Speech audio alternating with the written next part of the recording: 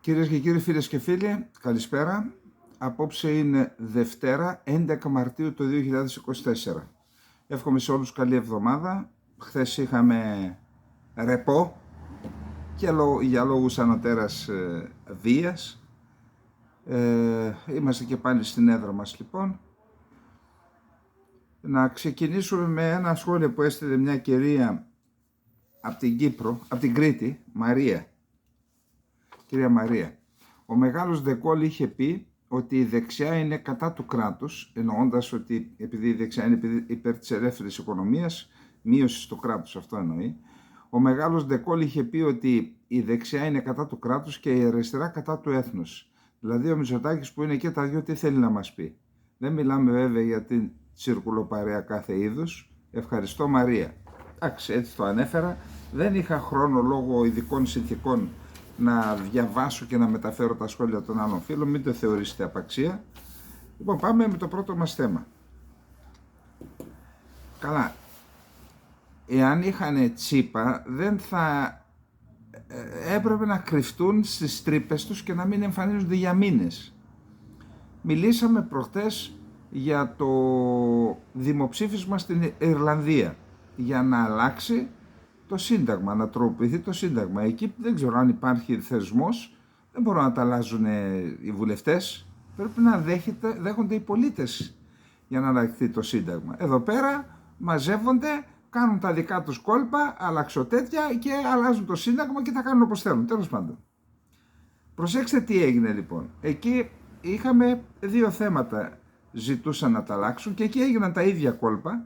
Και τα κόμματα της εξουσίας ήταν υπέρ της αλλαγής του συντάγματος. Μάλιστα λέγανε θα περάσει εύκολα και τα λοιπά. Για να δούμε τι έγινε και θα κάνουμε το σχόλιο μας μετά. Λοιπόν, καταρχάς το δημοψήφισμα πραγματοποιήθηκε την Παγκόσμια ημέρα της γυναίκας και αφορούσε το Σύνταγμα, αλλαγή του άρθρου 16 του Συντάγματος, νομίζω, το οποίο ήταν το άρθρο 41 του Συντάγματος, το οποίο Σύνταγμα έχει εγκριθεί από το 1937. Λοιπόν, καταρχάς, αυτοί οι οποίοι παίρνουν γραμμή, ξέρετε, από τα γνωστά κέντρα και όχι μόνο γραμμή και χρήματα, πώς πέρασαν, είπαν ναι στη συντήρηση οι Ιρλανδοί. Δηλαδή ότι δεν μας αρέσει, ότι δεν συνάδει με τη γραμμή που παίρνουμε και παίρνουμε και κάτι για να τα στηρίζουμε, πετάμε και έναν τίτλο να το μαυρίσουμε, έτσι. Δεν είναι ντροπή. Λοιπόν, οι συμμετέχοντες σε δημοψήφισμα που πραγματοποιήθηκε την ημέρα της γυναίκας, 8 Μαρτίου στην Ιρλανδία, ψήφισαν στη μεγάλη πλειοψηφία τους κατά αλλαγών στο Σύνταγμα της χώρας που θα εξυγχρόνιζαν αναφορές στην οικογένεια και στο ρόλο της γυναίκας. Εξυγχρονισμός λέγεται η διάλυση. Ειδικότερα στην πρώτη ερώτηση που τέθηκε στους Ιρλανδούς και αφορούσε τη διεύρυνση του ορισμού της οικογένειας, ώστε να συμπεριλάβει επίσης τις σχέσεις με διάρκεια χωρίς γάμο, όπως τα ζευγάρια που ζουν εκτός γάμου για μεγάλο διάστημα και τα παιδιά τους, το 67,7% των συμμετοχών τον ψήφισε όχι. 67,7, 7 στους 10 δηλαδή.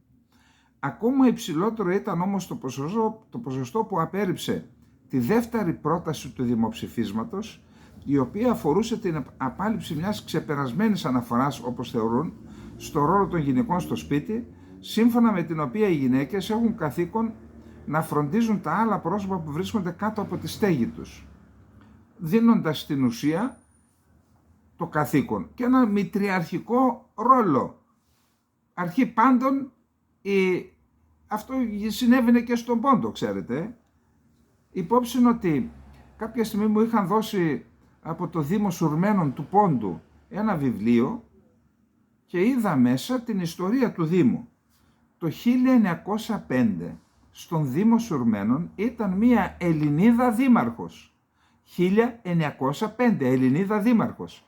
Και εδώ άρχισαν να ψηφίζουν δεκαετία του 30 νομίζω οι γυναίκες. Και σε όλη την Ευρώπη. Άρα η μητριαρχία ήταν, αυτή κρατούσε τα ενία του σπιτιού. Πιστεύω ότι σε αυτή τη λογική είναι και αυτό και λένε όχι να τα αλλάξουμε. Περιμένετε τώρα. το 73,9% των συμμετοχών τον είπαν όχι στην αλλαγή του ρόλου της γυναίκας στο σπίτι, σπάζοντας το ρεκόρ αρνητικών απαντήσεων σε δημοψήφισμα της χώρας. Πιο μεγαλύτερο όχι δεν έχει υποθεί. Και οι δύο προτινόμενες τροπολογίες αφορούν το άρθρο 41 του Συντάγματος της Ιρλανδίας, το οποίο χρονολογείται από το 1937.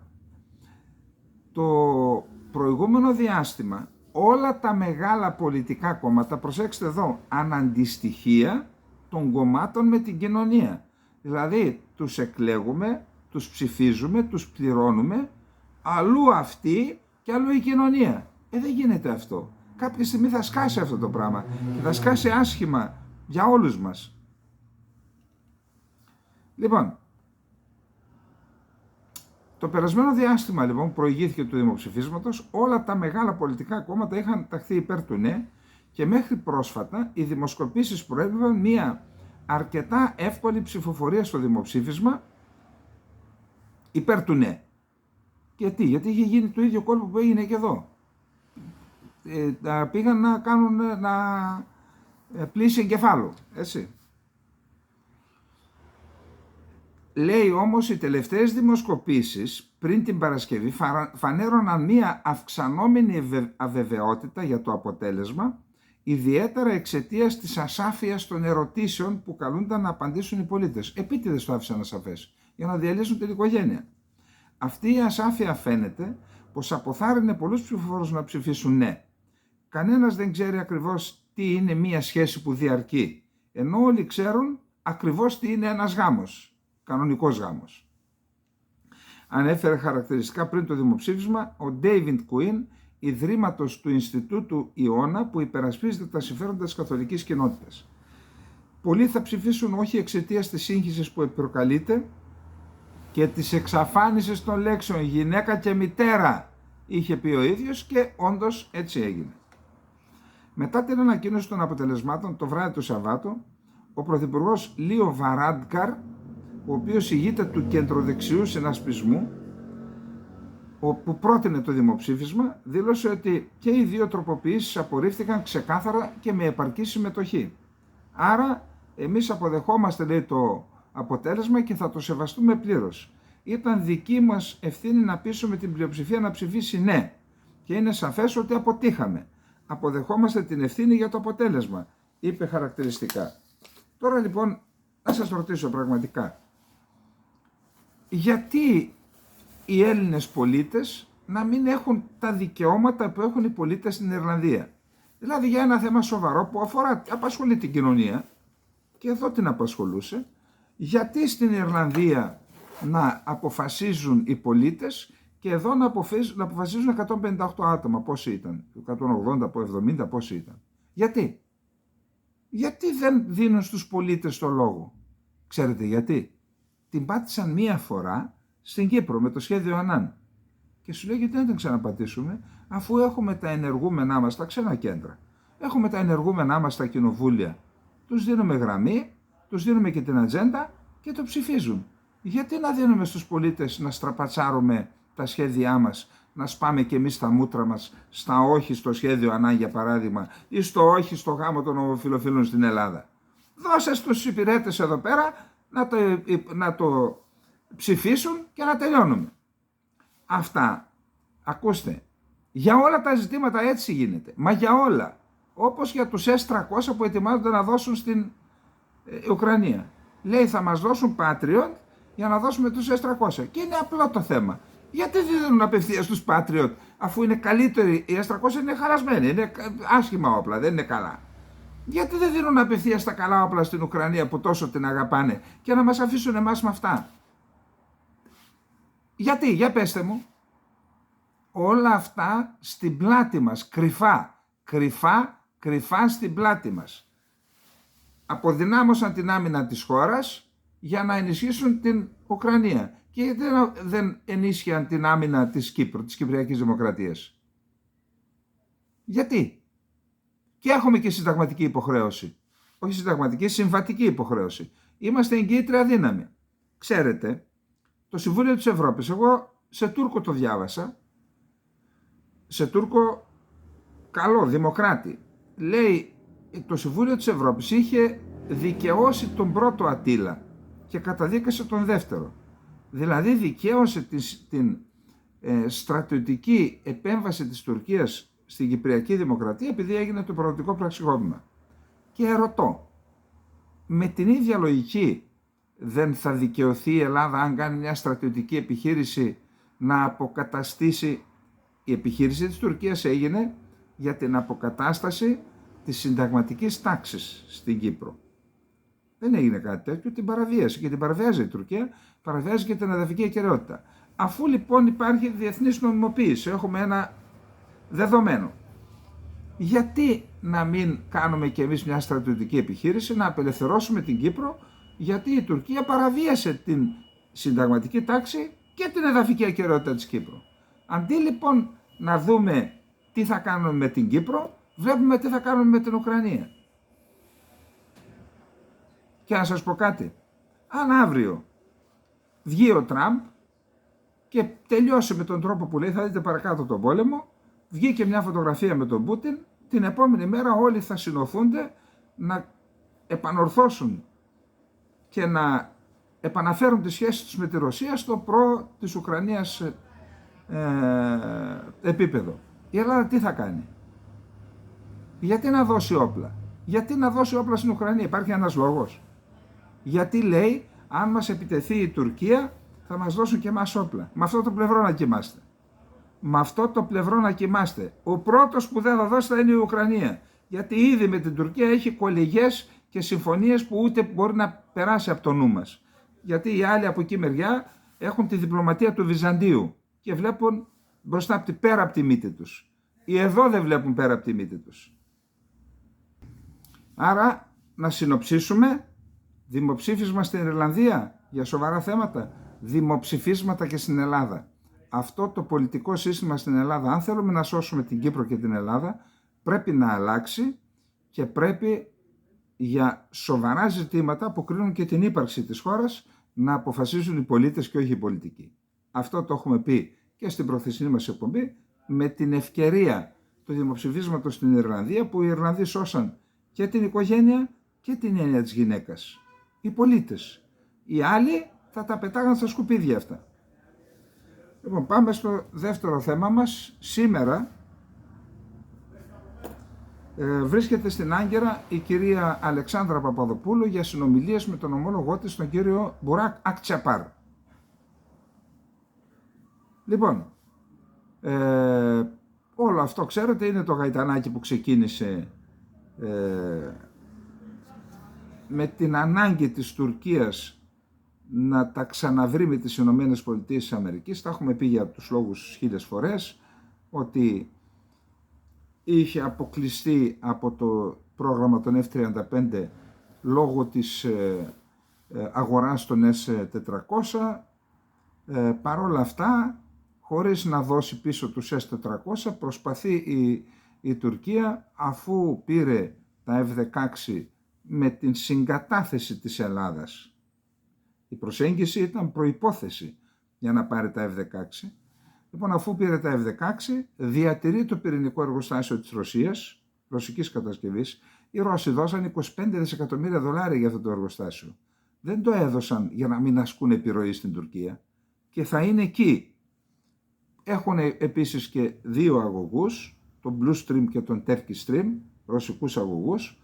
Θα κάνουν πιθανόν, έχει προαναγγελθεί, ένα κέντρο διανομής φυσικού αερίου στην Ανατολική Θράκη στις 40 εκκλησιές, και η Ελλάδα που σκέφτηκε να κάνει έναν αγωγό, πέταξαν τον Κώστα του Καραβαλή στα αζήτητα, επειδή το σκέφτηκε.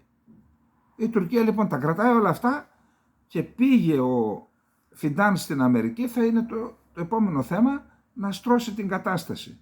Εμείς λοιπόν είμαστε παράρτημα αυτού του σχεδίου. Ένα παραρτηματάκι όλο αυτού του μεγάλου σχεδίου. Να τα βρει η Τουρκία με την Αμερική, μας χώσαν και εμάς εκεί.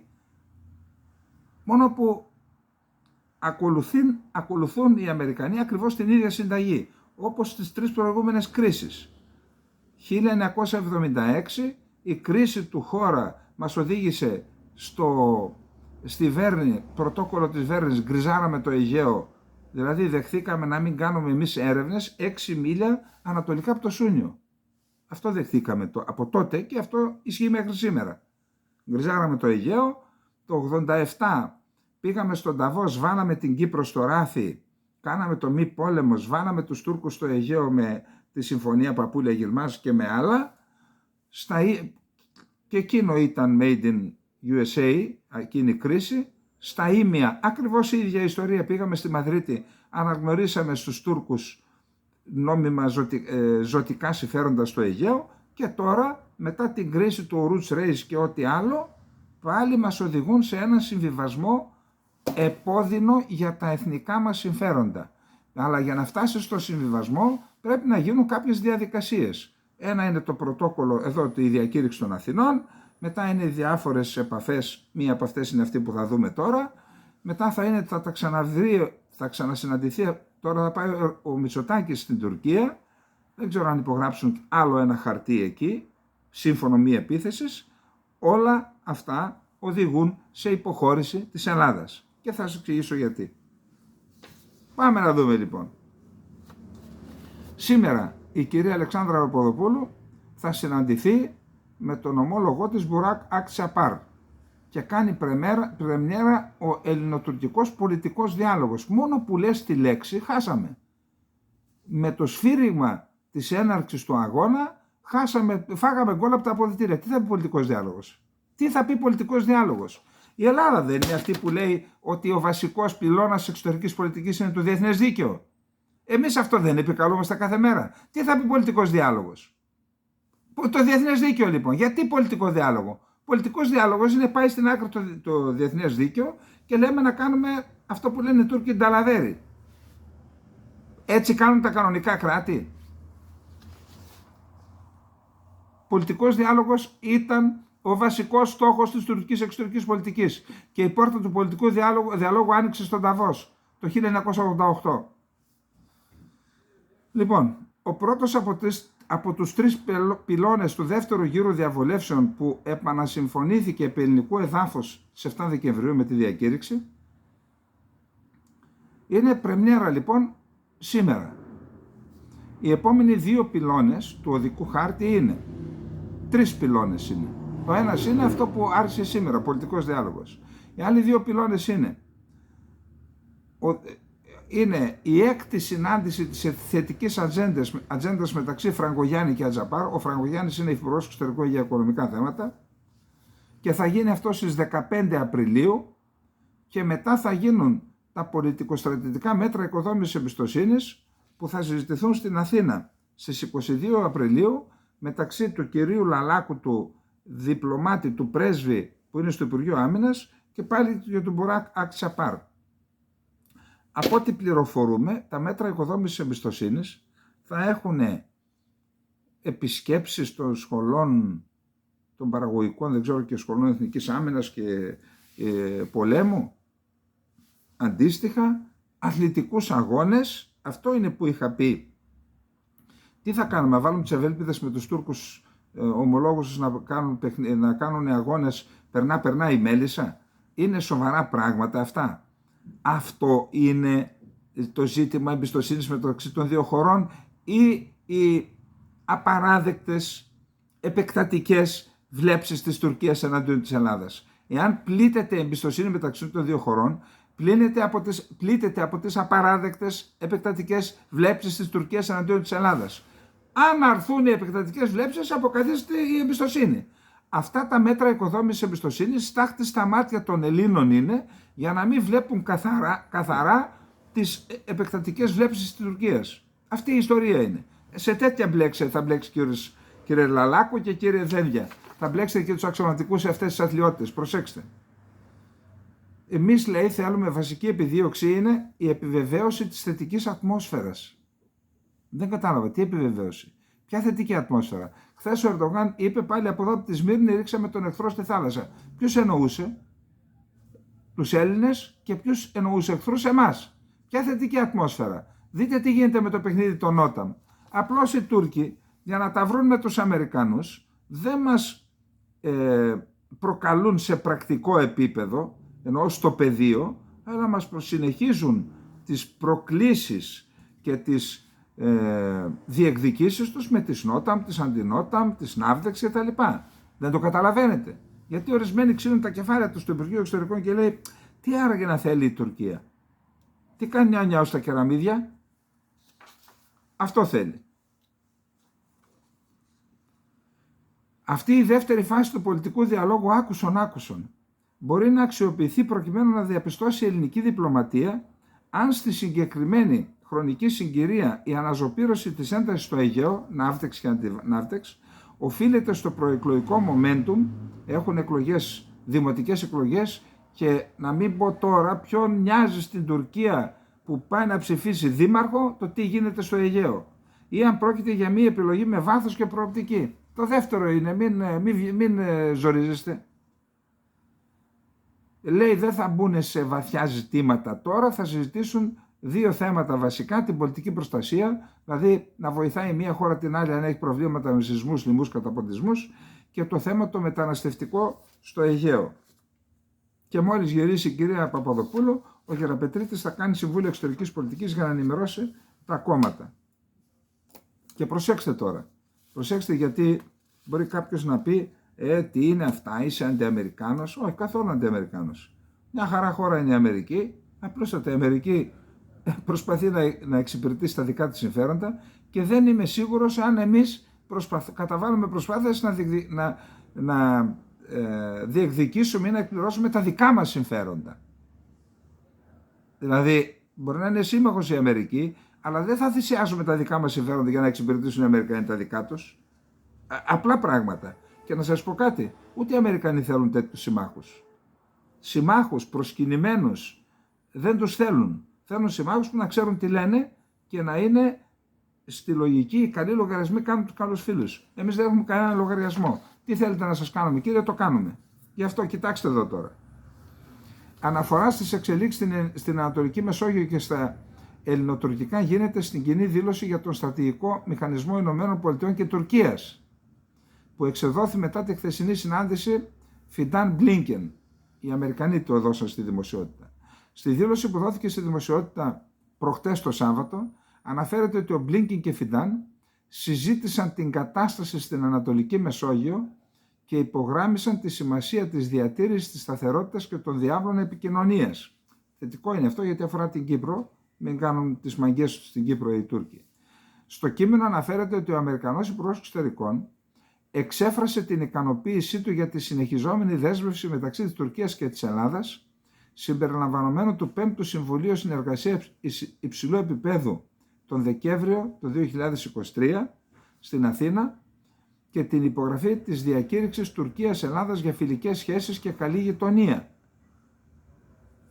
Άρα, τι είναι όλα αυτά? Made in USA, εντάξει. Τι δουλειά είχε να το πει αυτό? Κανείς δεν θέλει την ένταση, ηρεμία θέλουμε. Δεν ξέρουμε πού θα οδηγήσει όμως αυτό ή μάλλον ξέρουμε. Ξέρουμε και το περιμένουμε και θα είμαστε εδώ να σας ενημερώσουμε. Ο Νίκος Δένδιας θα επισκεφτεί, λέει, σήμερα την Ερυθρά Θάλασσα νομίζω και μάλλον πρέπει να πάει στο Τζιμπουτί ή δεν ξέρω πού. Θα επισκεφτεί την φρεγάτα Ύδρα, πιθανόν να πάει στο Τζιμπουτί και με ελικόπτερο να προσγειωθεί πάνω στη φρεγάτα γιατί η φρεγάτα απέπλευσε. Είχε πάει στο Τζιμπουτί για εφοδιασμό.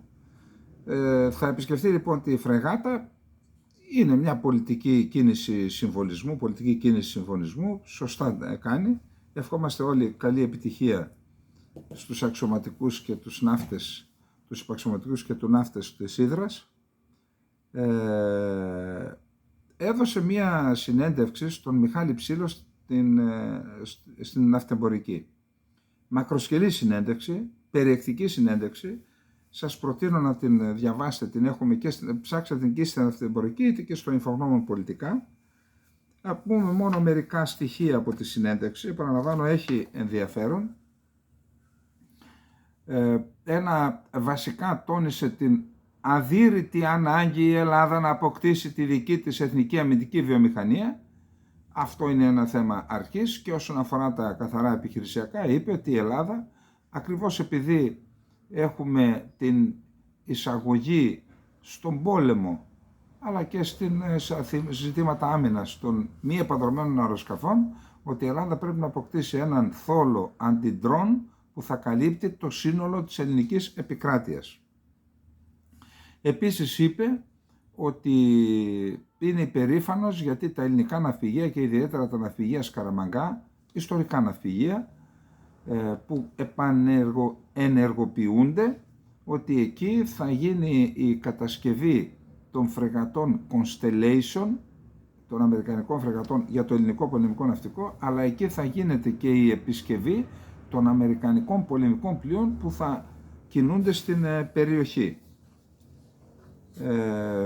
Αναφέρθηκε επίσης στο Ελληνικό Κέντρο Ανάπτυξης και Καινοτομίας, είπε συγκεκριμένα το πρώτο βήμα, στόχος του νέου οικοσυστήματος καινοτομίας είναι η παραγωγή καινοτόμων προϊόντων για τις ένοπλες δυνάμεις, η συντήρηση των ήδη υπαρχόντων, αλλά κυρίως η προώθηση και υποστήριξη της έρευνας και ανάπτυξης τεχνολογικών διτής χρήσης, δηλαδή τεχνολογικών που δεν θα έχουν μόνο στρατιωτική εφαρμογή, αλλά και πολιτικού τύπου εφαρμογές, υπηρετώντας παράλληλα σκοπούς κοινωνικούς, εμπορικούς και πολιτικής προστασίας. Το πρώτο βήμα για την υλοποίηση του οικοσυστήματος είναι η δέσμευση τμήματος του προϋπολογισμού των ενόπλων δυνάμεων αποκλειστικά για την παραγωγή ελληνικών αμυντικών προϊόντων. Για να συμβεί αυτό, λέει ο Δένδιας, δημιουργείται ένας ανεξάρτητος φορέας που θα ονομάζεται Ελληνικό Κέντρο Ανάπτυξης Καινοτομίας, ΕΛΚΑΚ. Ο ανεξάρτητος φορέας θα διαχειρίζεται προγράμματα και συμβάσεις, θα υποστηρίζει την υιοθέτηση νέων τεχνολογιών και θα διευκολύνει τη συνεργασία με πανεπιστήμια, στρατιωτικές σχολές, ερευνητικά κέντρα και επιχειρήσεις. Επίσης, θα περιλαμβάνει την ενσωμάτωση μέγαδεδομένων, big data και τεχνητής νοημοσύνης για προηγμένη επεξεργασία πληροφοριών σε πραγματικό χρόνο. Οφείλουμε να καταλάβουμε ότι η δημιουργία του οικοσυστήματος καινοτομίας, εκτός από επένδυση στο μέλλον για τις ένοπλες δυνάμεις, δύναται να καταστεί και παράγοντας ανάπτυξης για την ελληνική οικονομία. Ούτως ή άλλως, η αμυντική βιομηχανία είναι παράγοντας. Χρησιμοποιεί υψηλή τεχνολογία, η οποία εκ των πραγμάτων αυτή η υψηλή τεχνολογία χρησιμοποιείται και σε τομείς που δεν σχετίζονται με οπλικά συστήματα. Εννοώ που σχετίζονται με την υπόλοιπη οικονομία. Μιλάει για την Ελλάδα και το θέση της στη νέα αμυντική στρατηγική της Ευρωπαϊκής Ένωσης, κάτι που είναι και θεωρητικό και υπό εξέταση. Για να δούμε τώρα τι λέει για τα drones ακριβώς. Είναι αδιαμφισβήτητο ότι οι τεχνολογικές εξελίξεις στον τομέα των drones και των συστημάτων αντι-drones έχουν αλλάξει τον τρόπο του πολέμου σε παγκόσμιο επίπεδο. Στην πρόσφατη επίσκεψή μου στην Αρμενία ενημερώθηκα εκτενώς για τη χρησιμοποίησή τους στο σύγχρονο πεδίο μάχης. Να υπενθυμίσω ότι πρόκειται για μια χώρα της οποίας ενόπλες δυνάμεις υπέστησαν επίθεση από ένα στρατό που χρησιμοποιούσε σε μαζική κλίμακα drones, μεταξύ των οποίων και τα Bayraktar. Για τον ίδιο λόγο θα συνεργαστούμε με την Αρμενία στο πλαίσιο των συμφωνιών διμερούς αμυντικής συνεργασίας και για τα διδάγματα που έχουν προκύψει από τη σύγκρουση στον Αγκόρνο Καραμπάχ. Η Ελλάδα αναγνωρίζει τη σημασία αυτών των τεχνολογιών και εργάζεται ενεργά για την ενίσχυση των δυνατοτήτων της και σε αυτόν τον τομέα, στο πλαίσιο του νέου οικοσυστήματος που σας εξήγησα. Θα εργαστούμε με ταχύς ρυθμούς για την κάλυψη της συγκεκριμένης υστέρησης συγκριτικά με γειτονικές μας χώρες, όπως και για τη δημιουργία θόλου αντι-drone που να καλύπτει την ελληνική επικράτεια. Αναφέρθηκε εκεί για το φιλανδικό μοντέλο, είπε θέλουμε να έχουμε μία θητεία που δεν θα την θεωρούν αγκαρία και θα παίρνουν γνωστικές ικανότητες οι υπηρετούντες που θα μπορούν να τις χρησιμοποιήσουν, θα είναι ένα όπλο για την πολιτική τους ζωή. Αυτά λοιπόν ενδιαφέρουσα είναι. Όταν μιλάει ο Υπουργός Άμυνας είναι εκ των πραγμάτων ενδιαφέρον το θέμα. Διαβάστε την, μακροσκελής είναι, θα πιστεύω ότι όσοι ενδιαφέρεστε με το θέμα της εθνικής άμυνας θα βγάλετε καλά συμπεράσματα. Η επίσκεψη του Φιντάν στην Ουάσιγκτον, της επίσκεψης Φιντάν είχε προηγηθεί επίσκεψη Καλίν, του διοικητή του Σμιτ, της υπηρεσίας πληροφοριών της Τουρκίας, που είναι από τους πιο έμπιστους ανθρώπους του Ερντογάν. Ήταν και το γεγονός ότι τον τοποθέτησε εκεί σημαίνει ότι παραμένει. Και μετά πήγε ο Φιντάν. Ο Φιντάν λοιπόν είχε, όπως φαίνεται και προκύπτει και από τις ανακοινώσεις, μακροσκελείς συζητήσεις και σοβαρές συζητήσεις με τον ομόλογό του, τον κύριο Άντονι Μπλίνκεν. Φαίνεται ότι οι Ηνωμένες Πολιτείες της Αμερικής έχουν πάρει σφουγγάρι και σβήνουν τις ύβρις, τις προσβολές της Τουρκίας εναντίον των Ηνωμένων Πολιτείων της Αμερικής, τις απειλές τις χθεσινές ακόμα του Ερντογάν, είπε θα το μετανιώσουν όσοι τολμήσουν στα σύνορά μας, στα νότια σύνορά μας, να κάνουν ένα αυτόνομο κουρδικό κράτος, γιατί πρέπει να σε ρωτήσουν τι χώρα σου να κοιτάσεις. Στη γειτονική χώρα της νοιάζει τι θα γίνει. Δέχθηκες μία επίθεση από τη Συρία? Ποτέ, ούτε μία. Ποιο πρόβλημα ασφάλειας? Δεν είναι πρόβλημα ασφάλειας. Αυτό που επικαλείται η Τουρκία, και το δούμε παρακάτω, είναι να διατηρεί το δικαίωμα να σφαγιάζει και να παραβιάζει τα δικαιώματα ενός λαού, προσέξτε, όχι μόνο μες στα σύνορά της, και έξω από τα σύνορά της. Η χώρα που ζητάει 2 κράτη στην Παλαιστίνη και στο Ισραήλ. Γιατί υπάρχουν 2 λαοί, είναι 2 κράτη. 2 κράτη στην Κύπρο. 2 λαοί, 2 κράτη. Γιατί δεν λες και εσύ 2 λαοί, 2 κράτη στην Τουρκία? Οι δικοί μας, αν σεβόντουσαν τον εαυτό τους και τα συμφέροντα της χώρας μας και της Κύπρου, όποτε έθεταν τέτοιο θέμα, θα λέγανε βεβαίως, έλα να κάνουμε 2 κράτη στην Τουρκία, ένα τουρκικό και ένα κουρδικό, και μετά να συζητήσουμε και αν θέλεις και για 2 κράτη αλλού. Δεν μπορεί η Τουρκία να βαράει τις γειτονικές χώρες επειδή ζουν εκεί Κούρδοι και την ίδια στιγμή να ζητάει 2 κράτη σε άλλες χώρες. Δεν είναι έτσι. Αυτό λοιπόν έπρεπε να επικαλείται η Ελλάδα και όχι να υπογράφει διακήρυξεις της κακιάς ώρας. Για να δούμε λοιπόν τι είπαν Μπλίνκεν και Φιντάν. Σημαντικά πράγματα.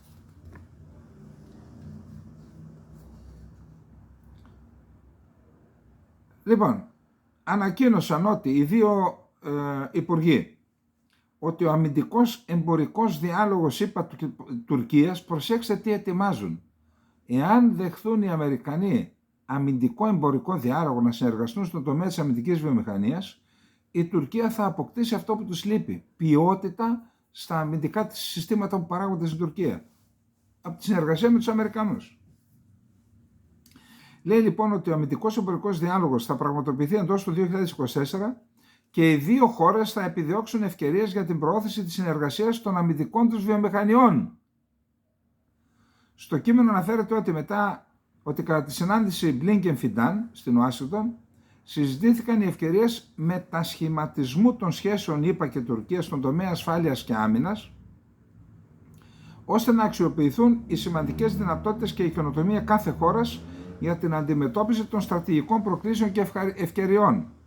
Πήγε ο δικό μας εκεί, ο δικός μας, ο Γεραπετρίτης, είδατε τίποτα? Πέστε μου, είδατε τίποτα? Τώρα ντρέπομαι που κάνω σύγκριση, πραγματικά ντρέπομαι, αλλά δεν γίνεται. Στο γενικό πλαίσιο της συνάντησης αναφέρεται ότι οι 2 υπουργοί επανέλαβαν τη δέσμευσή τους για μια προσανατολισμένη στα αποτελέσματα εμπροσθοβαρή, θετική διμερή ατζέντα που προωθεί τους κοινούς στόχους και αντιμετωπίζει τις αναδυόμενες παγκόσμιες προκλήσεις. Συζήτησαν την ενίσχυση της σχέσης ΗΠΑ-Τουρκίας σε ένα ευρύ φάσμα θεμάτων, συμπεριλαμβανομένων των περιφερειακών προτεραιοτήτων της καταπολέμησης της τρομοκρατίας. Τρομοκρατία λέει η Τουρκία, έτσι. Όποιος έχει άλλη άποψη είναι τρομοκράτης. Της αμυντικής συνεργασίας, της οικονομικής ανάπτυξης, του εμπορίου, της ενεργειακής ασφάλειας και της κλιματικής αλλαγής.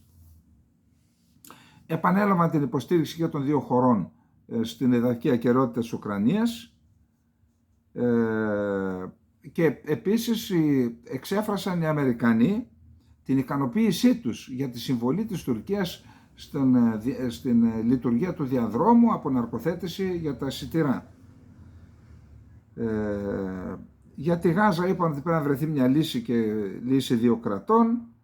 Για το καυτό για την Τουρκία θέμα της τρομοκρατίας, οι Ηνωμένες Πολιτείες και η Τουρκία επανήλθαν σε διαβουλεύσεις κατά τη διάρκεια του στρατηγικού μηχανισμού για την επέκταση συνεργασίας κατά της τρομοκρατίας και την αντιμετώπιση των σχετικών δικτύων που εμπλέκονται στο οργανωμένο έγκλημα και διακίνηση ναρκωτικών ως απειλές για την εθνική τους ασφάλεια.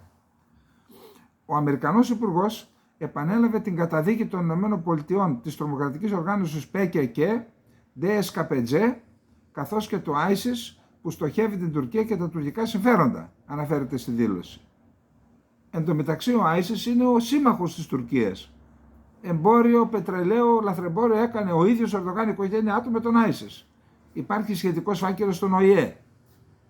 Οι ΗΠΑ και η Τουρκική Δημοκρατία επανέλαβαν την από κοινού δέσμευσή τους να διασφαλίσουν την ολοκληρωτική ήττα του Ισλαμικού κράτους στη Συρία και το Ιράκ και να συνεργαστούν ούτως ώστε αυτοί που κρατούνται στο Al-Hol, το στρατόπεδο συγκέντρωσης, καταβλισμό, 30.000 άνθρωποι με τις οικογένειές τους και τα παιδιά τους στην βορειοανατολική Συρία που τους φυλάνε οι δημοκρατικές δυνάμεις της Συρίας, να πιστούν οι χώρες οι μουσουλμανικές να πάρουν τους υπηκόους τους πίσω. Είπαν για τις πτυχές της Συριακής κρίσης, όπως είπαμε. Για τον Κάφκασο η Τουρκία είπε ότι εμείς δεν θα είμαστε καλά παιδιά στο Αζερβαϊτζάν και Αρμενίας. Εντάξει. Το δούλεμα πέφτει σύννεφα. Άμα θέλετε οι Αμερικανοί να σας δουλεύουν οι Τούρκοι, συνεχίστε. Τι να σας πω. 50 χρόνια συμπληρώνονται από την εισβολή της Τουρκίας στην Κύπρο. Αλλά 50 χρόνια συμπληρώνονται και με τη συνεχή επί 50 χρόνια κατοχή της Κύπρου. Και εδώ κάνουν σαν να μην συμβαίνει τίποτα. 40.000 στρατός κατοχής, λαιλατούν τις ελληνικές περιουσίες, τις περιουσίες των Ελλήνων των κατεχομένων, κάνα για τις αρχαιολογικούς και τους θρησκευτικούς χώρους, μην το συζητάτε, έγιναν εγκλήματα από τους Τούρκους εκεί. Εγκλήματα λαιλατήθηκαν, οι εικόνες πουλήθηκαν, ορισμένες κατόρθωσαν να τις πάρουν πίσω. Εδώ λοιπόν τώρα ετοιμάζεται νέο φέρετρο για την Κυπριακή Δημοκρατία. Νέο φέρετρο. Ο Λάζαρος Μαύρος απαριθμεί μια σειρά από ενέργειες που γίνονται από κοινού μεταξύ των Βρετανών και των Τούρκων, ούτως ώστε να στηθεί η καινούργια παγίδα, το νέο φέρετρο για την Κυπριακή Δημοκρατία. Και λέει ο Λάζαρος Μαύρος, υπενθυμίζει ότι στο παρελθόν, σας πω τι ακριβώς λέει. Καταρχάς η Τουρκία, ο Τατάρ, η Τουρκία λένε για να ξαναρχίσουν οι συνομιλίες, τώρα είναι η κυρία Κουεγιάρ, η απεσταλμένη του ΟΗΕ. Πρώτα λέει πρέπει να είμαστε ισότιμοι, δηλαδή ό,τι καθεστώς διεθνές έχει η Κυπριακή Δημοκρατία να έχουν και τα κατεχόμενα. Δηλαδή ο ΟΗΕ να ακυρώσει τον εαυτό του, τα ψηφίματα του 1983 και του 1984 που καταδικάζει το ψευδοκράτος. Να ακυρώσει τον εαυτό του επειδή το θέλουν οι Τούρκοι. Κάντε πρώτα εσείς κουρδικό κράτος μέσα στο έδαφος σας, δώστε τους κυριαρχική ισότητα, να έχει και διεθνές στάτους ίδιο με το στάτους του τουρκικού κράτους, το κουρδικό κράτος, και μετά να ζητάτε από τους άλλους. Λέει λοιπόν ότι τα γεγονότα που είδαμε στην νεκρή ζώνη και στην Πύλα, καταρχάς πρέπει να γνωρίζουμε ότι στην Ουνθικήπ οι περισσότεροι είναι Άγγλοι.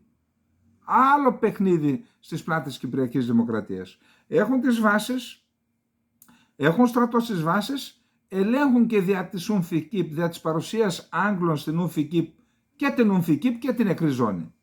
Λέει λοιπόν ότι κατά πάσα πιθανότητα τα γεγονότα στην Πύλα ήταν στημένα εκεί που έδραν οι Τούρκοι τους Βρετανούς της Ουνθικήπ, ότι ήταν στημένα από το Λονδίνο και από την Άγκυρα.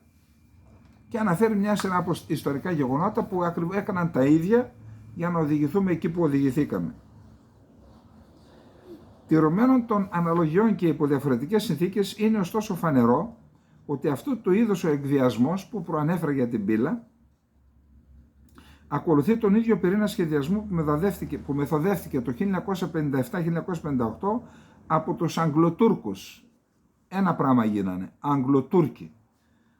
Με το περικύπρο βρετανικό σχέδιο Μακμίλαν σε συνδυασμό με την επί του πεδίου σφαγή των κοντεμενιωτών της 12ης Ιουνίου 1958 από τους Τούρκους στο Κιόνελι, όπου εκεί τους κατοίκους του Κοντεμένου τους μετέφεραν ως κρατούμενους στις στρατιώτες των Εγγλέζων απεικιοκρατών και τους έδωσαν βορρά στους Τούρκους να τους σκοτώσουν.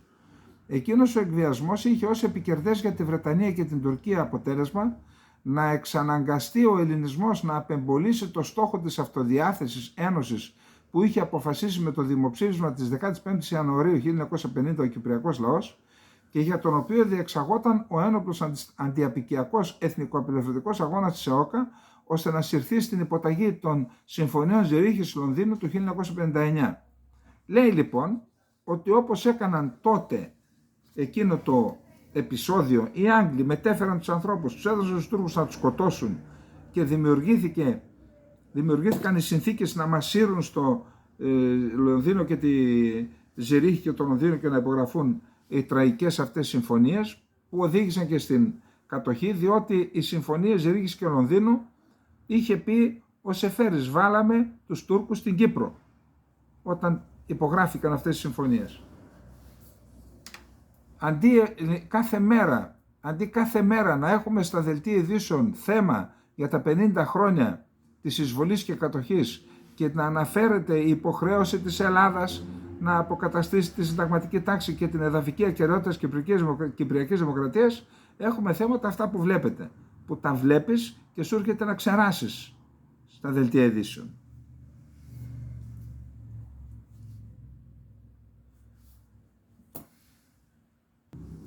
Πάμε στο Ισραήλ. Ξεκίνησε το Ραμαζάνι. Παρ' όλα αυτά δεν έχουμε εκεχηρία όπως φαινόταν. Όλα έδειχναν ότι τις 3-4 του μηνός θα υπογραφεί. Εκεί φαίνεται ότι ο Νετανιάχου έχει σοβαρά προβλήματα με 2 κόμματα που είναι ακροδεξιά εθνικιστικά. Είπαν αν υπογράψει εκεχηρία εμείς φεύγουμε, και έτσι οδηγήθηκε σε αποτυχία. Η πλευρά των Ισραηλινών λέει ότι οδηγήθηκαν σε αποτυχία διαπραγματεύσεις διότι ήταν υπερβολικά τα αιτήματα της Χαμάς, και τώρα πλέον συνεχίζονται. Δεν έχουμε φυσικά σοβαρές συμπλοκές στην Γάζα, όμως συνεχίζεται η πείνα, όπου υπάρχει ζήτημα παρεμβαίνουν φυσικά οι ένοπλες δυνάμεις του Ισραήλ, συνεχίζεται η πείνα και οι θάνατοι. Τώρα το θέμα είναι ότι το Ισραήλ ανακοίνωσε ότι θα δεχθεί τον ίδιο αριθμό επισκεπτών στο τέμενος Al-Aqsa με το 2023, άρα δεν παίρνει μέτρα περιοριστικά. Επίσης δέχθηκε φραστική επίθεση από τον Biden ο Νετανιάχου. Είπε ο Biden, αυτά που κάνει ο Νετανιάχου δείχνουν ότι αντί να εξυπηρετήσουν τα συμφέροντα του Ισραήλ, κάνουν ζημιά στο Ισραήλ.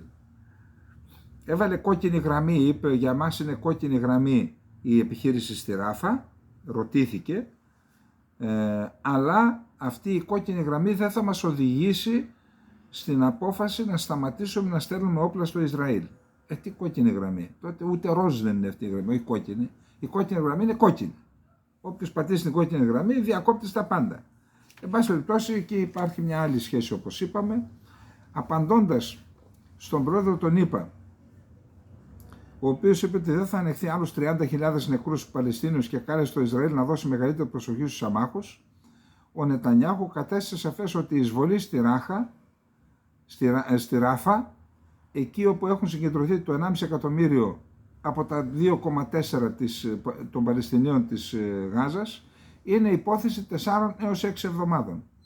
Η κόκκινη γραμμή για μας, λέει ο Νετανιάχου, είναι να μην ξαναδεχθούμε επίθεση όπως αυτή της 7ης Οκτωβρίου.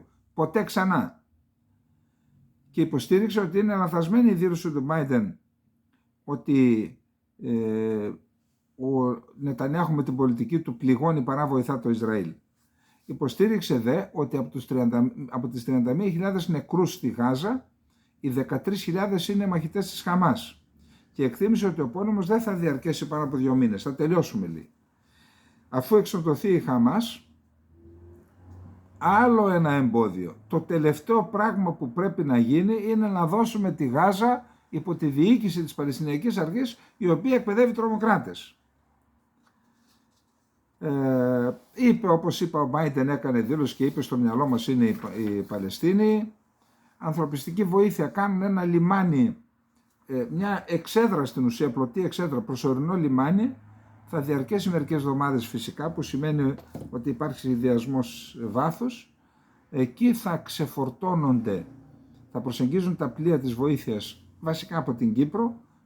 Παρεμπιπτόντως λένε ότι μπορεί να φύγει και εντός της ημέρας, αύριο το πρώτο πλοίο για τη Γάζα, δεν ξέρω που θα ξεφορτώσει. Θα πηγαίνουν εκεί, θα ξεφορτώνουν και από την εξέδρα από αυτό το προσωρινό λιμάνι θα ξεφορτώνονται στην ξηρά και θα δίνονται στους ανθρώπους η ανθρωπιστική βοήθεια. Υπάρχουν 23 νεκροί μέσα σε 10 μέρες από πείνα και από αφυδάτωση. Ανάμεσά τους και παιδιά. Οι Ισραηλοί αρνούνται ότι εμείς δεν παρεμποδίζουμε την παράδοση απλά της ανθρωπιστικής βοήθειας. Η Χαμάς είναι που κλέβει τη βοήθεια και συγκεντρώνει εξοπλισμό και τρόφιμα για τους ηγέτες της. Καμία εκεχηρία με τους Παλαιστινίους. Θα δούμε παρακάτω τι λέει και ο Χανίγια. 31.112 οι νεκροί Παλαιστίνοι και 72.760 τραυματίες. Από την πλευρά του Ισραηλοί μετρούν 1.160 νεκρούς από την εισβολή της 7ης Οκτωβρίου της Χαμάς και 589 στρατιώτες από την έναρξη των πολεμικών επιχειρήσεων. Βαρύς φόρος αίματος, θα μου πείτε αν 30.000, αλλά και εδώ 589 στρατιώτες είναι ένας αριθμός που πρέπει να τον υπολογίζει κανείς. Είπαμε ο Biden στη συνέντευξη που παραχώρησε στο MSNBC είπε αυτά για την κόκκινη γραμμή και για τη Ράφα και τα λοιπά, να μην τα επαναλαμβάνουμε. Ο Νετανιάχου δεν φαίνεται καθόλου υπέρ μιας πρότασης της Χαμάς για εκεχηρία, δηλώνοντας σε συνέντευξή του ότι στις διαπραγματεύσεις η Χαμάς θα φύγει χωρίς να έχει πάρει τίποτα. Οι τρομοκράτες δεν επιθυμούν αυτή τη στιγμή να καταλήξουν σε συμφωνία με το Ισραήλ.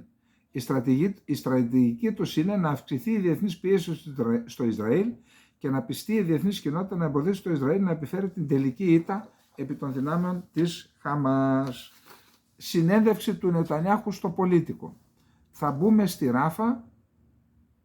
Πρόκειται να τελειώσουμε το τελευταίο μέρος του πολέμου και οι μάχες δεν θα διαρκέσουν περισσότερο από 2 μήνες. Δεν βλέπω καμία πρόοδο στις διαπραγματεύσεις και δεν θα υπάρξει κατάπαυση του πυρός χωρίς την απελευθέρωση των ομήρων. Η συντριπτική πλειοψηφία των Ισραηλινών μετά τις 7 Οκτωβρίου δεν θέλει να δει ένα Παλαιστινιακό κράτος. Θα επιστρέψουν οι πολίτες μας στα σπίτια τους στον Βορρά, είτε με στρατιωτικά είτε με διπλωματικά μέσα, εννοεί στο Λίβανο, στα σύνορα με το Λίβανο.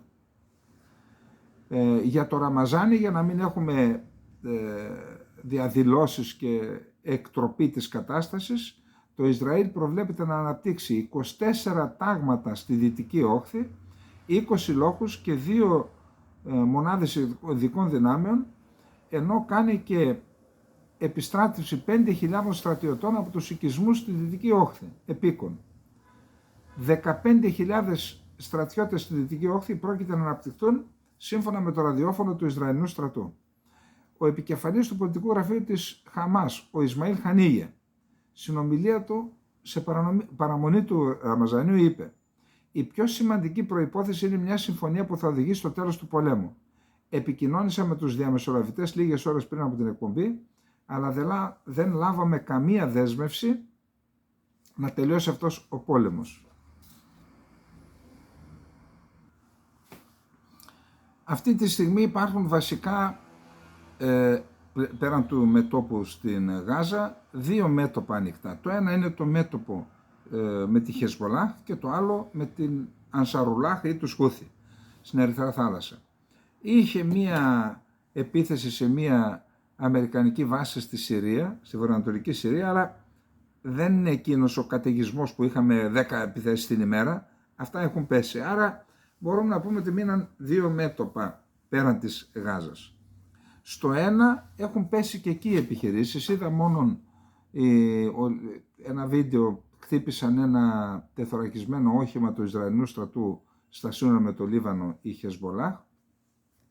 Επίσης είχαμε μία δήλωση του Ρώσου πρέσβη στο Λίβανο. Η Μόσχα επιδιώκει να τερματίσει τον συνεχιζόμενο πόλεμο στο Νότιο Λίβανο και να αποτρέψει την επέκτασή του με διπλωματικά μέσα φυσικά.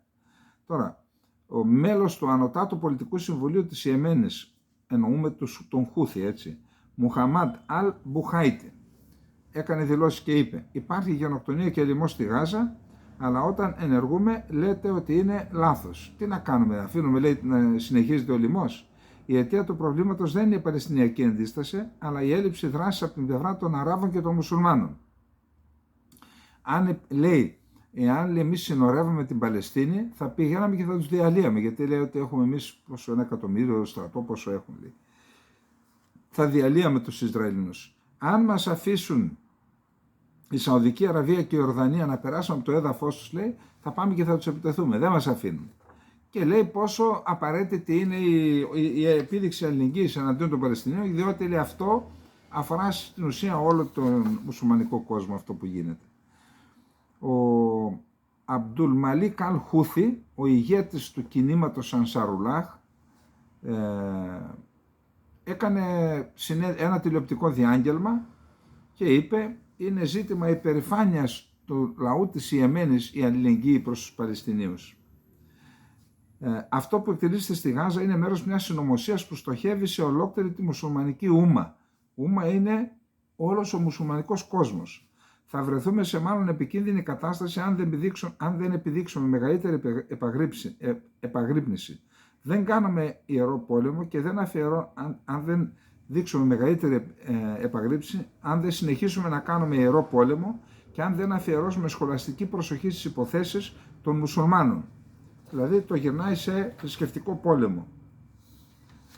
Είχαμε μία ιδιότυπη επικοινωνία των Χούθι με τους Ιταλούς και βλέπουμε τους Χούθι να δείχνουν ένα πιο ήπιο λόγο απέναντι στους Ιταλούς, γιατί το Ιταλικό αντιτορπιλικό αναχέτησε έναν πύραυλο, νομίζω, ή μη επανδρωμένο αεροσκάφος σε απόσταση 6 χιλιόμετρων από το σκάφος.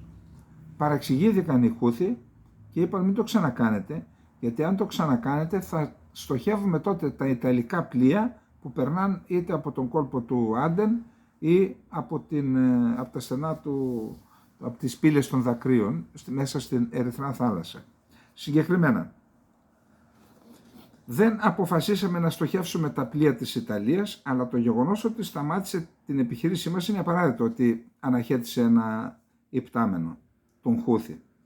Εξηγεί ο άνδρας που είναι ένα από τα αμυντιακά πρόσωπα των Χούθι, σύμφωνα με τον οποίο η αποστολή να προστατεύσει Ισραηλινά και Αμερικανικά πλοία εκθέτει την Ιταλία σε κινδύνους και ειδικότερα απειλεί την ασφάλεια των δικών της πλοίων στο μέλλον. Ο Αμέρ, που μιλάει εξ ονόματος στο Χούθι, επιμένει ότι οι Χούθι δεν έχουν επιτεθεί σε Ιταλικά πλοία, καλώντας τους να αποφεύγουν ύποπτες και ανακριβείς πληροφορίες. Είπε: στόχος μας είναι τα Αμερικανικά, τα Βρετανικά και τα Ισραηλινά πλοία. Αν η Ιταλία σταματήσει ξανά μία από τις επιθέσεις μας, κάποιο ντρόν ή βαλιστικό πύραυλο, αυτό θα σήμαινε μεγαλύτερη εμπλοκή στον πόλεμο εναντίον μας. Δεν υπάρχει κανένας κίνδυνος στην Ερυθρά θάλασσα για τα πλοία, εκτός από το ότι έχει στρατιωτικοποιηθεί από την Αμερική και τη Βρετανία. Αυτό το μήνυμα είναι και για την Ελλάδα, έτσι να το ξέρουμε. Ο Φαρίντ Ζακάρια είναι ένας δημοσιογράφος του CNN, από τους πιο φημισμένους θα έλεγα. Έχει γράψει ένα άρθρο και αναφέρεται στον κίνδυνο ενός πολέμου που μπορεί να ξεσπάσει στην Ταϊβάν με εμπλοκή των ΗΠΑ και της Κίνας. Κάνει μια αναφορά στο θέμα, κάνει μια αναφορά στους κινδύνους για την παγκόσμια ειρήνη και ασφάλεια, αναφέρει τις πτυχές, αναφέρει την πολιτική των ΗΠΑ που δεν είναι υπέρ της ανεξάρτητης Ταϊβάν και από την άλλη πλευρά λέει ότι η Κίνα βλέπει ότι μπορεί αυτό το καθεστώς της αυτονομίας, de facto αυτονομίας, να βόλευε την Κίνα μερικές δεκαετίες, αλλά όσο περνάει ο καιρός, ο χρόνος λειτουργεί εις βάρος του Πεκίνου. Γιατί τα 24 εκατομμύρια της Ταϊβάν, που είναι οι κάτοικοι της Ταϊβάν, συνηθίζουν σε ένα άλλο καθεστώς δημοκρατικό, με εκλογές, με μεγαλύτερη ελευθερία, και όσο περνάει ο καιρός δημιουργούνται γενιές τέτοιες που αυτό εκ των πραγμάτων θα οδηγήσει, απομακρύνει το ενδεχόμενο της επανένωσης της Ταϊβάν με την Κίνα. Και αυτός είναι ο κίνδυνος, μήπως η Κίνα, επειδή έχει αντιληφθεί ότι δεν λειτουργεί υπέρ της ο χρόνος, μήπως κάνει τίποτα και εμπλακούν και οι ΗΠΑ. Σημαντικό άρθρο, προτείνω να το διαβάσετε. Να πάμε να δούμε τι λέει ο Μπέρνι Σάντερς, γερουσιαστής της ΗΠΑ, δημοκρατικός. Δεν πρέπει να δοθούν άλλα χρήματα στην πολεμική μηχανή του Νετανιάχου. Ο ανεξάρτητος, όχι δημοκρατικός, προερχόταν από τους δημοκρατικούς, νομίζω. Ο ανεξάρτητος Αμερικανός γερουσιαστής Μπέρνι Σάντερς ζήτησε σήμερα από το Λευκό Οίκο να σταματήσει να στέλνει άνεφόρο στρατιωτική βοήθεια στο Ισραήλ, χαρακτηρίζοντας τον πόλεμο της Γάζας κρίση άνευ προηγουμένου. Δεν είναι μόνο ότι σκοτώθηκαν 30.000 άνθρωποι, εκ των οποίων τα 2 τρίτα ήταν παιδιά και γυναίκες. Υπάρχει πιθανότητα αρκετές εκατοντάδες χιλιάδες παιδιά να πεθάνουν από την πείνα, είπε ο Σάντερς, όπως αναφέρει το αμερικανικό πολίτικο. Ο Τραμπ δεν έχει παρουσιάσει ακόμα το σχέδιό του για επίλυση της σύγκρουσης στην Ουκρανία, αλλά οι ιδέες του διαδίδονται σε συντηρητικούς κύκλους της ΗΠΑ και αυτές οι ιδέες υποδηλώνουν ότι μπορεί να μοιάζει, υποδηλώνουν πώς μπορεί να μοιάζει το σχέδιο. Γράφει το σχέδιο του Τραμπ που δεν το έχει αποκαλύψει ακόμα. Αυτά λέει η εφημερίδα της Γερμανίας η Bild. Ωστόσο, στους συντηρητικούς κύκλους υπάρχουν βασικά σημεία που διατυπώθηκαν κάποτε από τον δισεκατομμυρίουχο Elon Musk, ο οποίος επεκτείνει την επιρροή του σε αυτό το πολιτικό περιβάλλον, γράφει το άρθρο. Προβλέπουν ότι η Ρωσία θα κρατήσει την Κριμαία και άλλα εδάφη υπό τον έλεγχό της και το Κίεβο δεν θα μπορέσει να ενταχθεί στο ΝΑΤΟ. Η Bild επενθύμησε ότι οι προτάσεις που παρουσίασε ο Μάσκ απορρίφθηκαν στη Δύση ως προπαγάνδα του Κρεμλίνου. Λέει δηλαδή ότι αυτό που είπε ο Μάσκ στην ουσία είναι το σχέδιο του Τραμπ. Ο Τραμπ είπε στον Όρμπαν που τον επισκέφτηκε ότι δεν θα έδινε χρήματα στο Κίεβο για να πολεμήσουν όταν εκλεγεί αρχηγός του κράτους. Ο επικεφαλής της Ουγγρικής κυβέρνησης μίλησε για το θέμα αυτό, αποκάλυψε δηλαδή ότι αυτό του είπε ο Τραμπ και είπε ότι ο Ρεπουμπλικανός έχει σχέδιο για τον τερματισμό της Ρώσο-Ουκρανικής σύγκρουσης. Πάμε προς το τέλος. Αυτό που κυριαρχεί, πάμε στο θέμα Ρωσία-Ουκρανία. Αυτό που κυριαρχεί πάντως στην Ευρώπη και όχι μόνο, είναι η πρωτοβουλία αλλά και η βούληση του Μακρόν και της Γαλλίας να εμπλακεί ενεργότερα στον πόλεμο στην Ουκρανία. Να θυμίσουμε ότι πριν από λίγες μέρες οι Ρώσοι βομβάρδισαν ένα ξενοδοχείο στο Χάρκοβο, στο οποίο σκοτώθηκαν 60 μισθοφόροι Γάλλοι. Κατά πάσα πιθανότητα ήταν κανονικοί στρατιώτες με άλλη ταυτότητα. Φαίνεται λοιπόν ότι η Γαλλία ήδη είναι εμπεπλεγμένη στον πόλεμο, θέλει να εμπλακεί ακόμα περισσότερο. Έχει παράδοση με την Λεγεώνα των Ξένων, ξένους στέλνει και σκοτώνονται δηλαδή. Εν πάση περιπτώσει, πολιτικά όμως είναι μια εμπλοκή της Γαλλίας και της Ευρώπης. Η Πολωνία το ίδιο, οι χώρες της Βαλτικής το ίδιο. Έχουμε μια διαφοροποίηση σε αυτή την κατάσταση από τον Ιταλό Υπουργό Άμυνας, Γκουίντο Κροσέτο, ο οποίος επέκρινε τις δηλώσεις της Γαλλίας και της Πολωνίας σχετικά με την πιθανότητα αποστολής στρατευμάτων του ΝΑΤΟ στην Ουκρανία.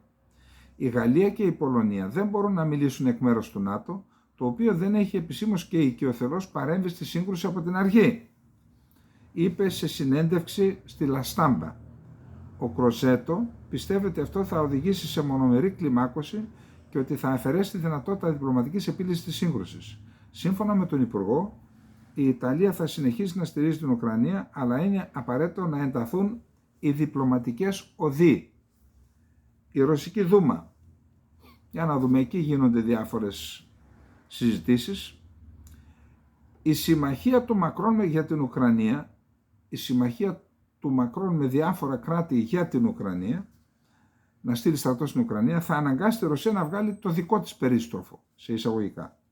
Η αποστολή ενός ευρωπαϊκού στρατιωτικού τμήματος στην Ουκρανία δεν είναι απλώς μια κόκκινη γραμμή, αλλά ένα περίστροφο που στοχεύει τη Ρωσία. Δεν θα έχουμε άλλη επιλογή από το να βγάλουμε και το δικό μας περίστροφο με τη μορφή ενός τρομερού όπλου και να το βάλουμε στο κεφάλι του εχθρού. Η Δύση ξέρει καλά τι είδους περίστροφο είναι αυτό που μιλάμε. Δήλωσε ο βουλευτής της Κρατικής Δούμας από τη Σεβαστούπολη και μέλος της Επιτροπής Διεθνών Υποθέσεων Δημήτρη Μπελίκ. Το American Spectator έγραψε ότι ο διαμερισμός της Ουκρανίας θα τελειώσει πριν από τις προεδρικές εκλογές των ΗΠΑ. Τι είναι αυτό τώρα, μαντεία? Ο Μπουντάνοφ είναι ο διοικητής της Υπηρεσίας Στρατιωτικών Πληροφοριών στην Ουκρανία. Οι Ουκρανικές Ένοπλες Δυνάμεις ετοιμάζονται για μια σοβαρή επιχείρηση στην Κριμαία. Όλα αυτά είναι προπαρασκευαστικά μέτρα για μια σοβαρή επιχείρηση στην Κριμαία. Αυτό είναι ένα τεστ της ορθότητας των δηλώσεών μας για τις διαδρομές προσέγγισης και διαφυγής. Επιπλέον, αυτό είναι ένα καλό μήνυμα για τον πληθυσμό που ζει υπό την κατοχή των Ρώσων εδώ και 10 χρόνια, είπε ο επικεφαλής κύριας διεύθυνσης στρατιωτικών πληροφοριών. Για τις ενέργειες που κάνουν το τελευταίο διάστημα οι Ουκρανικές ένοπλες δυνάμεις τον εύξηνο πόντο, τη βύθιση του περιπολικού εσχάτως κτλ. Η Ουκρανία, σύμφωνα με τους New York Times, το Μάιο θα λάβει τα 6 από τα 45 μαχητικά που έχει υποσχεθεί η Ευρωπαϊκή Ένωση να τις δώσει. Ήδη 10 πιλότοι Ουκρανοί είναι έτοιμοι. Ο Καναδάς δεν μπόρεσε να στείλει στην Ουκρανία ένα αντιορπορικό πυραυλικό σύστημα NASAMS που είχε υποσχεθεί, γιατί δεν ήρθαν τα λεφτά από την Αμερική. Θα το πλήρωνε η Αμερική και θα το έστειλε ο Καναδάς. Και δεν ήρθαν γιατί δεν εγκρίθηκαν από τη Γερουσία. Η Ρωσία παράγει 3 φορές περισσότερα πυρομαχικά από όσα μπορούν να στείλουν όλοι οι σύμμαχοι στην Ουκρανία, λέει το CNN. Τώρα, να δούμε τι είπε ο Πάπας για το θέμα. Απίστευτες δηλώσεις, πραγματικά. Στο Βατικανό, ο Πάπας Φραγκίσκος κάλεσε την κυβέρνηση του Κιέβου να υψώσει τη λευκή σημαία στον πόλεμο στην Ουκρανία. Όταν βλέπετε ότι τυθήκατε, ότι τα πράγματα δεν πάνε καλά, πρέπει να έχετε το θάρρος να διαπραγματευτείτε, δήλωσε ο Πάπας σε τηλεοπτική συνέντευξη στην ελβετική τηλεόραση που μαγνητοσκοπήθηκε αρχές Φεβρουαρίου και θα μεταδοθεί ολόκληρη τις επόμενες ημέρες. Όσοι έχουν το θάρρος να σηκώσουν τη λευκή σημαία δείχνουν δύναμη. Μην τρέπεστε να διαπραγματευτείτε πριν τα πράγματα γίνουν ακόμα χειρότερα για σας. Και είπε ότι υπάρχουν πολλοί έτοιμοι να ενεργήσουν ως διαμεσολαβητές συμπεριλαμβανομένες της Τουρκίας. Έδειξε για την Τουρκία ο Πάπας. Αργότερα και μετά τις σφοδρές αντιδράσεις κυρίως από την Ουκρανία, ο εκπρόσωπος του Βατικανού Ματέο Μπρούνι προσπάθησε να σχετικοποιήσει τα λεγόμενα του Πάπα, χωρίς να αλλάξει τίποτα, με μία δήλωση που δημοσιεύτηκε στο Vatican News. Διευκρινίσε ότι ο Φραγκίσκος μίλησε για λευκή σημαία για να χαρακτηρίσει την πάυση των εχθροπραξιών με το θάρρος της διαπραγμάτευσης. Επανέλαβε δε την έκκληση του Πάπα για διπλωματική λύση προς αναζήτηση μιας δίκαιας και διαρκούς ειρήνης. Όχι Γιάννης, Γιαννάκης δηλαδή. Μακρόν. Τηλεφωνική συνομιλία είχε με τον Ζελένσκι και είπε, τον διαβεβαίωσε τον Ζελένσκι ότι ο Μακρόν θα αναλάβει διεθνείς πρωτοβουλίες ώστε να αυξηθεί η ικανότητα των Ουκρανικών ενόπλων δυνάμεων να πλήττουν εχθρικούς στόχους σε βάθος, δηλαδή να δοθούν πύραυλοι μεγάλου βελληνικούς. Ενώ εκ παραλλήλου υπογράμμισε την ανάγκη να συνεχιστούν υπό την αιγίδα των ΗΠΑ και της Γαλλίας διεθνείς διαβουλεύσεις στο πλαίσιο της συμμαχίας για να δοθεί πυροβολικό και πυροβόλα και βλήματα στην Ουκρανία. Σύμφωνα με δελτίο τύπου που εξέδωσαν τα ηλίσια πεδία, οι δύο πρόεδροι συζήτησαν τις τελευταίες εξελίξεις στο ουκρανικό ζήτημα, καθώς και την πορεία υλοποίησης των προτεραιοτήτων που συμφωνήθηκαν στη διάρκεια της διεθνούς διάσκεψης στο Παρίσι 26 Φεβρουαρίου. Συμφώνησαν να είναι σε επαφή εν ώψη της επίσκεψης του Γάλλου Προέδρου στην Ουκρανία, η οποία αναμένεται να γίνει εντός των επομένων εβδομάδων. Άρα τις επόμενες εβδομάδες θα είναι. Είχαμε μια άλλη περίεργη δήλωση της Αναρίνα Μπέρμποκ, η οποία λέει: υπάρχει μια πρόταση από τον Υπουργό Εξωτερικών της Βρετανίας να κάνουμε, να δείτε πώς το λέει, κυκλικές ανταλλαγές. Δηλαδή, να δώσουμε εμείς τους πυράβλους Τάουρους στη Βρετανία και η Βρετανία να δώσει τους Storm Shadow στην Ουκρανία. Ναι, κατά πάσα πιθανότητα, επειδή δεν έχουν τη δυνατότητα να παράξουν καινούριους Storm Shadow και δεν θέλουν να δώσουν τα αποθέματά τους, θα πάρουν τους Τάουρους για δικά τους αποθέματα, μπορούν να τους εκτοξεύσουν τα Eurofighter και θα δώσουν τους δικούς τους Storm Shadow στην Ουκρανία και έτσι οι Γερμανοί δεν θα εμπλακούν περαιτέρω. Να κλείσουμε με θέματα τεχνικού ενδιαφέροντος. Γράφουν και οι Αμερικανοί για μια βόμβα ολίσθησης που χρησιμοποίησαν οι Ρώσοι. Ξεκίνησαν από τον Οκτώβρη να το δοκιμάζουν. Τελικά βρήκαν το τελευταίο διάστημα, άρχισε να βρίσκει στόχο, γιατί ήταν στη φάση των δοκιμών. Αυτή η βόμβα ολίσθησης λέει ότι βοήθησε τους Ρώσους να καταλάβουν την Αυντίιβκα. Έχουμε ομολογία και από τους Ουκρανούς που λένε με τη βόμβα ολίσθησης που έχουν αυξήσει το βεληνικές της, που είναι υπό πολλαπλάσιας αξίας από τους πυράβλους που ρίχνουν, κάνουν όμως την ίδια δουλειά και έτσι λέει έχουν κατορθώσει να κτυπούν, είναι ακριβίας, βλήματα ακριβίας, να κτυπούν λέει τις περιοχές διοικητικής μέρημνας και τους σταθμούς διοικήσεως και να αποδυναμώνουν το μέτωπό μας. Βόμβες ολίσθησης, εγώ δεν ξέρω τι ακριβώς είναι, πρέπει να ρωτήσουμε, να μας πει κανένας που ξέρει. Επίσης υπάρχει και ένα θέμα με την αυτονομία της Κορσικής που θα το δούμε αύριο πιστεύω, καθώς επίσης με το αποτέλεσμα, έχουμε και το αποτέλεσμα των εκλογών στην Πορτογαλία, κέρδισε ένα κεντροδεξιό κόμμα, έχει παράδοση σοσιαλιστικών κυβερνήσεων η Πορτογαλία, η μικρή διαφορά κέρδισε, αλλά αυξήθηκαν πολύ τα ποσοστά του ακροδεξιού παύλα εθνικιστικού κόμματος. Λοιπόν, αυτά είχαμε να πούμε για απόψε. Να είστε όλες και όλοι καλά. Θα συνεχίσουμε.